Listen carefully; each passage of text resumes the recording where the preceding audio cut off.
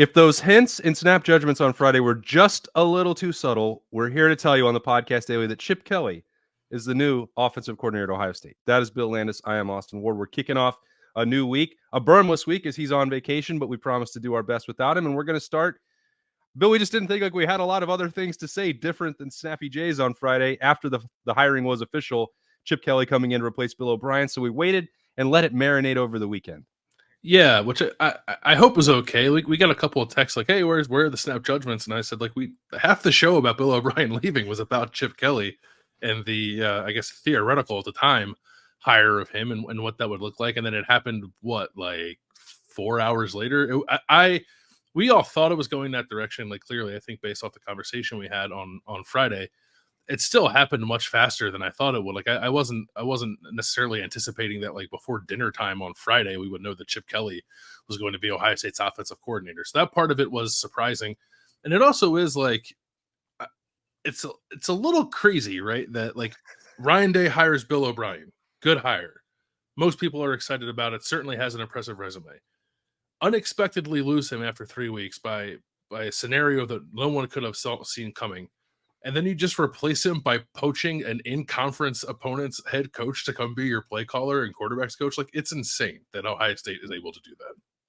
It's a lot to process. Yeah. I've never covered anything quite like it. In fact, I didn't think on Friday that they even could do it that quickly because we are still talking about, a state institution and job listing, job posting, go through HR, finalize the paperwork. But Ohio State's like, no, we're just going to fast track this. It's an unusual circumstance. And Chip Kelly's here. It's done by the end of the night. Friday morning, Bill O'Brien gets the job. And by like 1 o'clock, they were finalizing the contract details for Chip Kelly. Yeah. And now Ryan Day may have known that this backup option was going to be in his up his sleeve. Like, I think we were talking, the crazier part was Wednesday where, well, it's all crazy, but the crazy part on Wednesday was Bill O'Brien is in the Woody in his office meeting with Ryan Day and then leaving for Boston to go back for that next interview. And Ryan Day's having to give 2.5 hours of interviews, never really gives any sign that like there's turmoil or panic or concern or anything going on. And we can say part of that is maybe because he thought Chip Kelly was waiting in the wings, but that's still like a very unusual set of circumstances. And he never really gave anything away on the game there. And then Friday, it's like, well, that's all right. I invested 6 weeks, 7 weeks in finding Bill O'Brien and finalizing this, but I'll get Chip Kelly in 3 hours, no problem. Well, we've talked a lot about, not a lot, but some about, Ryan Day is young in a profession. He is still relatively new to being a head coach. His contacts and his coaching tree are not that extensive, but it is nice to have like among the few relationships that you have. And he has more than a few, but like the meaningful ones. One of them just happens to be a former NFL head coach, one of the best offensive minds in modern college football, and was itching to get out of his head coaching job to come really seemingly go anywhere that would have him to be offensive coordinator. He was looking at NFL jobs as well before Ohio State scooped him up. So shout out to Ryan Day, I guess, for having that in his back pocket, because I don't know that anyone else in college football could have accomplished that, at least not that quickly. I kind of wonder a little bit about the timing, and this is, I think this in terms of plan B, it's the absolute best that anyone could do in college football. I don't have any qualms with the hiring or winding up with Chip Kelly. I think when you look at the resumes, he and Bill O'Brien are like about as close as you could possibly get. And one may like to run the football more than the other. That's fine. We can talk about those details later on. The timing, I think, the most interesting part of the timing for me is like, or the decision making was, why was Bill O'Brien plan A? Why was the preference that for Ohio State? And is that a reflection of Ryan Day's confidence in Bill O'Brien? Was it his desire to go outside of his quote unquote coaching circle and someone that he's known for, basically his entire adult football life? Did something happen with Martin Jarman and Chip Kelly that made the situation much more untenable at UCLA than it would have been at the start of the process? Where I know that there were early conversations in December, but it didn't seem like there was much traction for this to really happen. And Chip Kelly was not among the 4 candidates that we talked about that didn't even include Bill O'Brien before that transpired. But like, I am I am curious if there's something that happened with Chip Kelly, because he started really upping the urgency for any job that would interview him for. He was up, going to make that, whether it was Washington, whether that was in Seattle, whether that was the Raiders. Like, he was like, let's find some option and get out of here. Did something happen that made him think he had to get out of UCLA right now? Did Ohio State up the ante when it became more clear that they had to make a separate move and Bill O'Brien was moving on? Some of the logistics there are interesting to me, because Chip Kelly, if he was not the first choice, which it doesn't seem like he was, why was that? How did this transpire? What changed for round two? I'm trying to remember the timing of things. Because the initial, I think the first inkling we got that Chip Kelly was interested in leaving his, or willing, I guess, to leave his position for a coordinator spot was when he was a candidate for the Raiders offensive coordinator job, and I think that came out after Ohio State had hired Bill O'Brien. So I do wonder if there was something in the time between, like, Ryan Day first setting out to find his OC, and then after hiring Bill O'Brien, to your point, that maybe pushed Chip Kelly further down that road. I could certainly see a scenario where, like, Ryan Day, loved the idea of hiring Chip Kelly, but maybe didn't want someone with that personal relationship there, or at least didn't want that to be the first person he went to. Maybe he wanted a little more outside opinion, and he got that with Bill O'Brien. Not to say that he and Chip Kelly are in lockstep with everything. I think if you look at the way that Chip Kelly's offense has evolved, certainly since the times that he and Ryan Day were working together, when Chip coached Ryan Day, it's vastly different. And I don't. There are definitely similarities, and I'm sure there's, like, terminology that's like-minded that will ease the transition of Chip Kelly into this role in a relatively short time. But I don't sit here thinking like Ryan Day and Chip Kelly run the exact same offense, and like Chip Kelly's just coming to call what he's always called. I think that's a little different. So I don't know about that. It is an interesting dynamic. Why Chip Kelly would not have been the first choice, or like maybe he was, and Ohio State said we're not going to pay a $1.5 million buyout or whatever it was to get him away from UCLA, when you can have someone who is as experienced with equally impressive resume and Bill O'Brien that will come to us a little cheaper. Like, I don't know. Maybe I'm putting too many words in the administration's mouth there, because it's relatively not that much money when you're talking about coaching situations. But clearly Chip Kelly was, like, a very obvious person to point to and say, like, Ryan Day could potentially hire this person. But it is a little weird that it didn't come out until Ryan Day had already made a decision initially that it wasn't Chip Kelly. Yeah, I would be surprised if there hadn't been initial reticence from Ohio State to be like, you have to pay $1.5 million to get this guy on top of probably $2 million plus with this contract to get him, which is, I can't. I would be surprised if he's coming in and immediately making more than Jim Knowles, but the overall outlay would have been almost double to get Chip Kelly into the fold. They probably would not have been the preference for Gene Smith or anybody at Ohio State to make that move. But the money is amusing as well, because you talk about that, like, relatively, that's not much of a financial outlay to get a sitting Big Ten head coach to come be your offensive coordinator. And, like, Ohio State can clearly afford it because of the Big Ten broadcast deals, among all the other revenue that comes in. The flip side is, I thought this was one of the most amusing spin opportunities of the weekend from the UCLA side, that Martin Jarman was thinking about having to fire him and didn't have the money to do it. It's like $8.5 million or something. I don't know. You'd still think not a huge amount of money. And instead of paying that, they get $1.5 million for Ohio State to buy him out. Like, oh, Martin Jarman's playing 4D chess. Is he? It's February and he doesn't have a head coach in the transition to the Big Ten. Congratulations. Way to drag your feet and make $1 million and then start from scratch with your program after the transfer portal and signing day. You really did it, bud. You did it. That I would not characterize that as 4D chess. It has felt like a bit of a disaster there, and maybe it's just that Martin Jarman and Chip Kelly were never going to be on the same page about everything. Chip Kelly, I don't think was bad at UCLA at all. Can UCLA hope for better? Sure. I also wouldn't use his tenure there, and what I sense is like a general sense of being underwhelmed by what Chip Kelly has done as a head coach, really since he left Oregon, as an indictment on his ability to be an offensive coordinator and a play caller and a schemer and an innovator, right? not great with the roster management, in the NFL, not a dynamic recruiter in college, but I don't think you need him to be. And that's not why he's coming to Ohio State. So like I saw a little bit of pushback in that regard on this hire, and like that they're all fair criticisms, I think, of Chip Kelly. But the one thing I think you can't criticize is that I think he's still one of the better offensive minds we have, really at any level of football.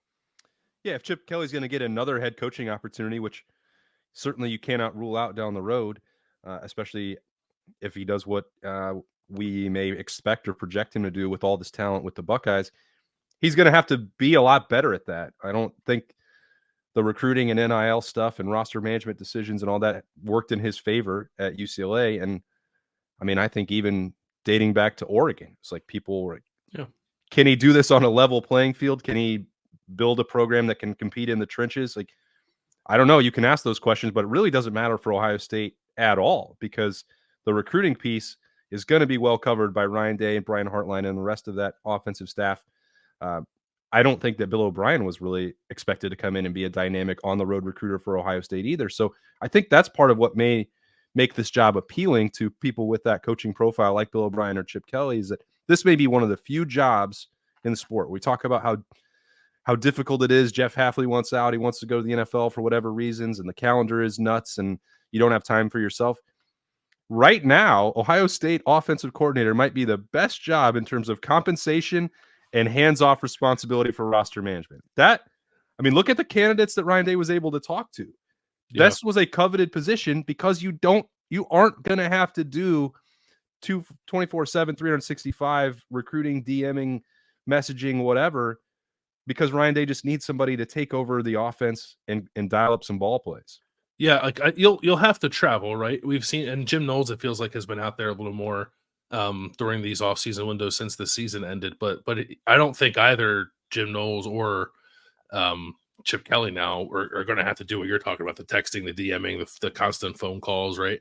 I think part of it is they sort of like show up and have a presence, and like it's like cool to go play in a Jim Knowles defense, or it's probably cooler to go, no offense to Jim Knowles, to go play in a Chip Kelly offense. That part of this is actually interesting to me. I wanted to ask you, like, if put yourself in the shoes of like a high school recruit, and who does it sound cooler to play for in an offense, Bill O'Brien or Chip Kelly? Chip Kelly. Yeah, I think so too. I wonder if we're just old enough to remember like when he was the most cutting edge offensive coordinator, offensive mind. And if like you're 17, you're like the UCLA coach, like, did they ever win the Pac-12? Like, we may be in a different spot now. Probably to your point, the sales pitch is going to be like, look at Marcus Mariota and look at these Oregon teams and speed and flash and all that else. Like, I remember that very well. Does an 18-year-old? Maybe not. The Ryan Day factor and the Brian Hartline factor probably still going to be the trump cards there. Sure, absolutely. Which also would have been the case with Bill O'Brien. And I suppose like Tom Brady still resonates with people, no matter kind of what your age is. So I guess it's probably cooler for Bill O'Brien to say like, "Hey, I coached Tom Brady and yelled at him on the sideline." Remember that? That was fun.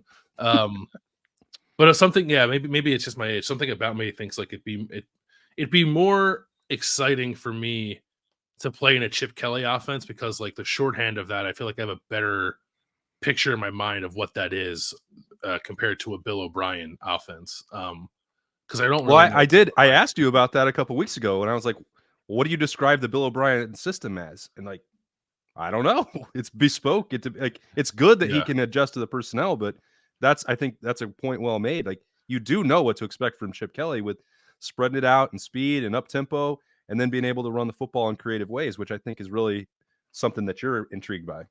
It is like, and I said this the other day, like I want to repeat it. I promise you, I am not trying to be the kind of person who just like moves on to the next thing and says this is better.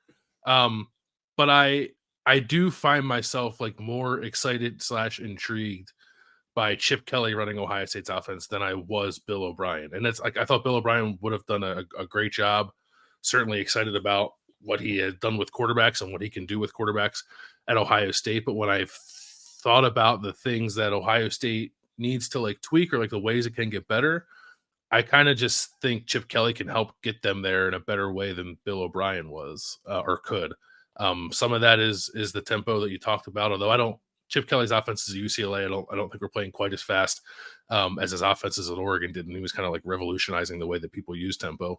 Um, but it's running the ball that's like top of the list for me. And um, obviously, some of the way that Ryan Day has run the ball at Ohio State has been influenced by Chip Kelly. I do wonder if more of it maybe was influenced by Steve Adazio, because Ryan Day I think coached for him longer actually than he coached with Chip Kelly.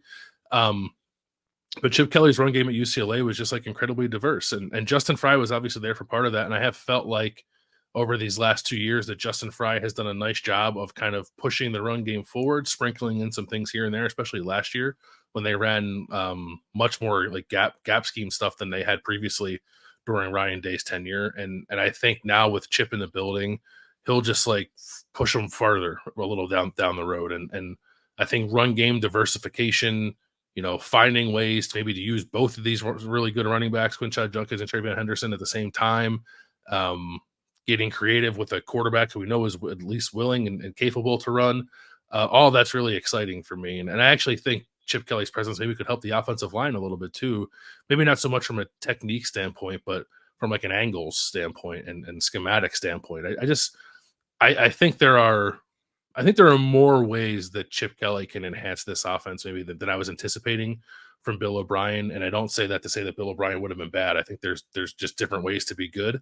But this Chip Kelly version, at least what I have on my mind, kind of excites me a little more.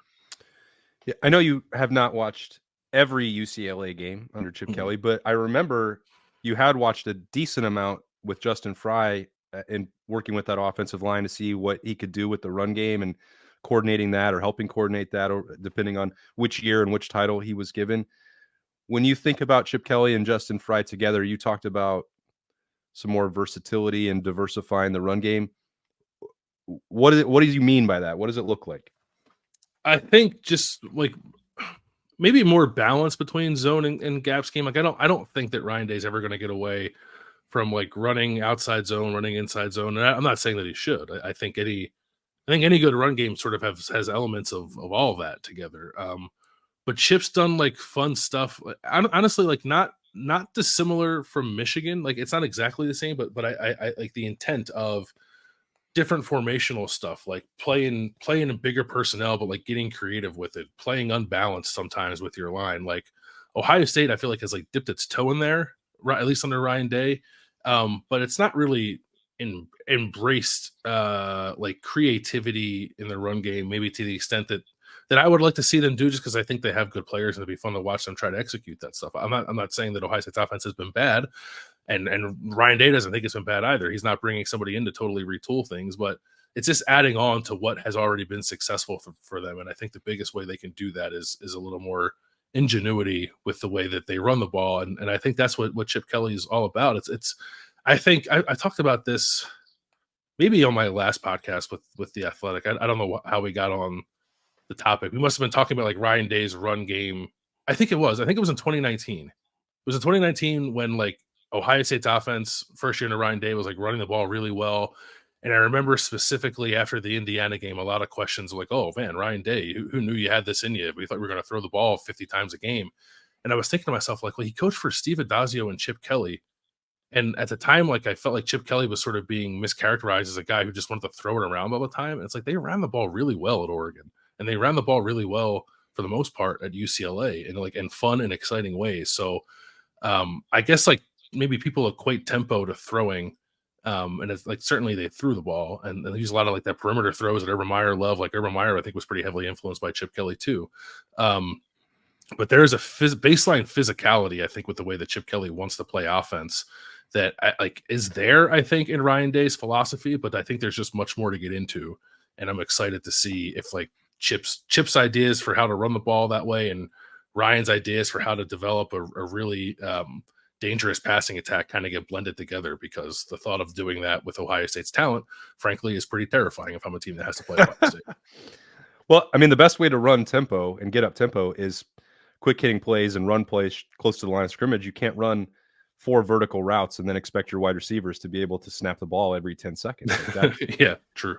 So you do have to be able to run the football. You cannot go up tempo if you can't execute and stay ahead of the chains. And when we've looked at Ryan Day and Ohio State and being the most successful, a lot of that attention does tend to come back to, can they get 3rd and 2 on the ground? Can they punch it in on the ground in the red zone? And that's important. That has to be done if you're going to win a championship, but it is also being on schedule and removing negative runs and plays behind the line of scrimmage. And we've seen some elements of this where they want to go up tempo, and it's like, well, you're going to kick that off with a bubble screen or stretch to the boundary, and then, well, it's 2nd and 11. I mean, you cannot go up tempo then because you're just punting the ball back in less than a minute. So that's where it's this offseason, maybe more than others, is like, I don't have the number off the top of my head, but like some of the early down efficiency is probably more important than getting 3rd and 2. I mean, that sounds insane, but you might avoid 3rd and 2 with Ohio State's offense if you have 2nd and 6. Yeah, no, I'm with you. I don't know those numbers either. But like anecdotally, I agree with you. It feels like 1st down, 2nd down were not particularly fruitful for Ohio State for much of the season, and I think part of that is not having a reliable quarterback run threat that like kind of back the dogs off a little bit for the opposing team's defense. But I think part of it goes back to the scheme stuff I'm talking about too. Like Ohio State, I think, tends to get predictable, especially with the way that it wants to run the ball when it's playing in tempo. And it's like, yeah, you run, get in the pistol, you run stretch into the boundary. It's 2nd and 11. Hurry back up to the line. Oh crap, we got a false start penalty, and now it's 2nd and 16. I guess we'll stop playing tempo now, right? So I do think, and I know a lot of fans have over the years said like, man, things tend to look pretty good when they play fast. Why don't they play fast all the time? And I'm not a put the pedal down, play fast all the time proponent. I kind of agree with Ryan Day's philosophy of using it strategically and varying tempos, like hyper speed, sugar huddle, somewhere in between, all that stuff. I think that's effective. But they probably can lean a little more into playing a little faster. And maybe Chip can help them with that. We'll see. He was hired in a hurry, so maybe that's the first sign that the tempo is going to be ramped up. There's still one more hire to go on the coaching staff. So Ryan Day indicated there might be some movement on that after the complete football season wrapped up. Maybe by the middle of the week, we'll know, or sooner than that, after the Super Bowl on Sunday night. Hope you enjoyed that. Hope you enjoyed the start of this week on the Podcast Daily, talking a little bit more about Chip Kelly heading to Ohio State as the offensive coordinator. We've got a lot more coming. It'll be Bill and I throughout this week. We're going to do our best to keep the rest of the content moving along while Berm is in parts unknown. We're not supposed to reveal the secret, so we won't. Thanks for joining us. That's Bill Landis. I am Austin Ward. We'll talk to you later.